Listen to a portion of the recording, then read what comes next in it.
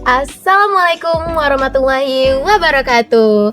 Hai Sobat Bersinar, kembali lagi bersama aku Aini, your Duta Anti Narkoba Kabupaten Solo 2025. Nah, kali ini aku bersama Kak Suci, Duta Anti Narkoba Kabupaten Solo 2025. Kali ini aku mau bahas organisasi jalan prestasi cemerlang nih Kak. Dengar-dengar nih kakak kemarin kan sempet lulus di salah satu PTN terbaik di Indonesia, IPB, lewat jalur SNBP. Nah, gimana sih Kak cara kakak mengkoordinasikan itu? Menurut kakak penting nggak organisasi dalam itu? Soalnya banyak nih yang bilang kalau sedang belajar tuh fokusnya belajar aja, nggak usah ikut organisasi. Kenapa kita masih perlu dapat ikut organisasi? Menurut kakak penting nggak ya?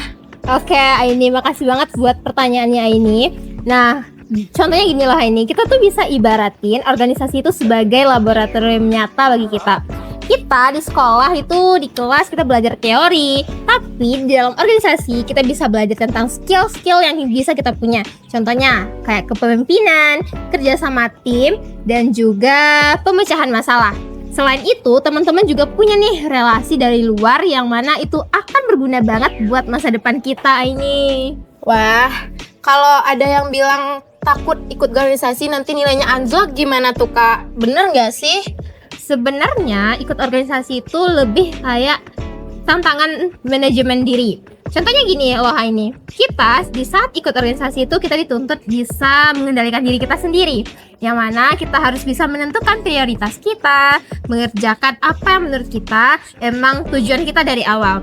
Contohnya gini, kalau kita terlalu berlarut-larut dalam suatu tujuan yang lainnya bisa tertinggal. Jadi pintar-pintar buat manajemen diri sendiri. Oh gitu. Kalau dari kakak sendiri ada nggak nih tips atau trik rahasianya supaya nilai ujian tetap stabil kalau ikut organisasi? Ada banget dong. Nah, jadi gini ya ini.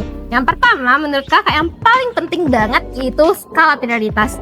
Di sini kita belajar skala prioritas. Contohnya gini, di dalam ekonomi kita belajar skala prioritas kan? Ya, betul. Kita tentukan yang mana penting banget buat kita. Ya, pandai-pandai atur waktu juga. Kayak kalau kita belajar, fokus belajar dulu. Kalau organisasi, ya organisasi dulu gitu. Yang kedua, itu konsisten.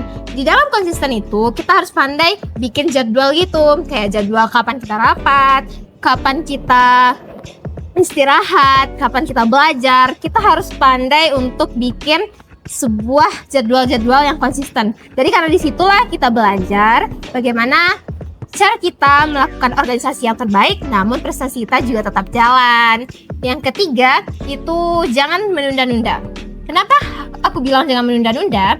Kita punya tugas di sekolah, ya kita kerjain kalau emang udah pada waktunya gitu. Atau enggak jauh-jauh hari di saat guru tuh nyampein tugas pertama, kita juga kerjain. Karena kalau kita anak organisasi, suatu saat nanti akan ada jadwal yang harus kita kerjakan secara mendadak. Jadi ya selesaiin dulu tugas kita sebagai pelajar, dan juga organisasi tetap jalan juga.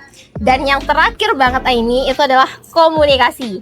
Di dalam komunikasi, teman-teman harus bisa untuk menyampaikan baik itu ke dalam rekan organisasi, kepada guru sendiri. Itu sampaikan apabila kita punya beban yang berat. Karena anak-anak zaman sekarang tuh kita lihat kayak mereka tuh stres gitu kan. Iya karena banget sih.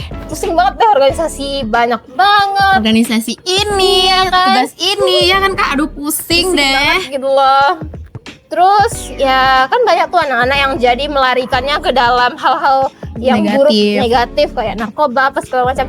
Please teman-teman stop banget hal kayak gitu ya teman-teman. Jadi pandai-pandai bikin skala prioritas, komunikasi, dan so kita harus bergabung sama komunitas yang baik. Contohnya Duta Anti Narkoba. Nah itu nih teman-teman tips dan trik rahasia dari Kak Suci. Nah terakhir nih Kak, ada nggak nih pesen-pesen buat teman-teman kita yang masih ragu buat ikut organisasi? Pasti ada dong ini yang buat teman-teman semua, jangan pernah takut buat mencoba teman-teman. Selagi ada peluang, ya ambil gitu. Karena aku juga pernah ada di posisi itulah ini, kamu juga kan gitu lah. Iya Kak. Dan ya nilai yang tinggi, IPK yang tinggi mungkin akan bantu kalian buat nanti dipanggil saat interview, wawancara. Tapi ingat, kemampuan kalian di organisasi itu akan menjadi peluang yang sangat besar. Karena kalian harus bisa menyeimbangkan antara akademik dan juga kemampuan luar. Percuma dong kalau kita pintar tapi nggak punya mental buat bicara di depan orang lain. Betul banget nih Iya Kak kan? Suci. Nah teman-teman, itu tips and trick dari Kak Suci. Kalau teman-teman masih ragu buat join organisasi, bisa banget contoh nih Kak Suci yang udah lulus di IPB, padahal ikut organisasinya banyak loh. Nah mungkin segitu dulu bincang-bincang aku sama Kak Suci. Sekian dari kami. Assalamualaikum warahmatullahi wabarakatuh. Bye.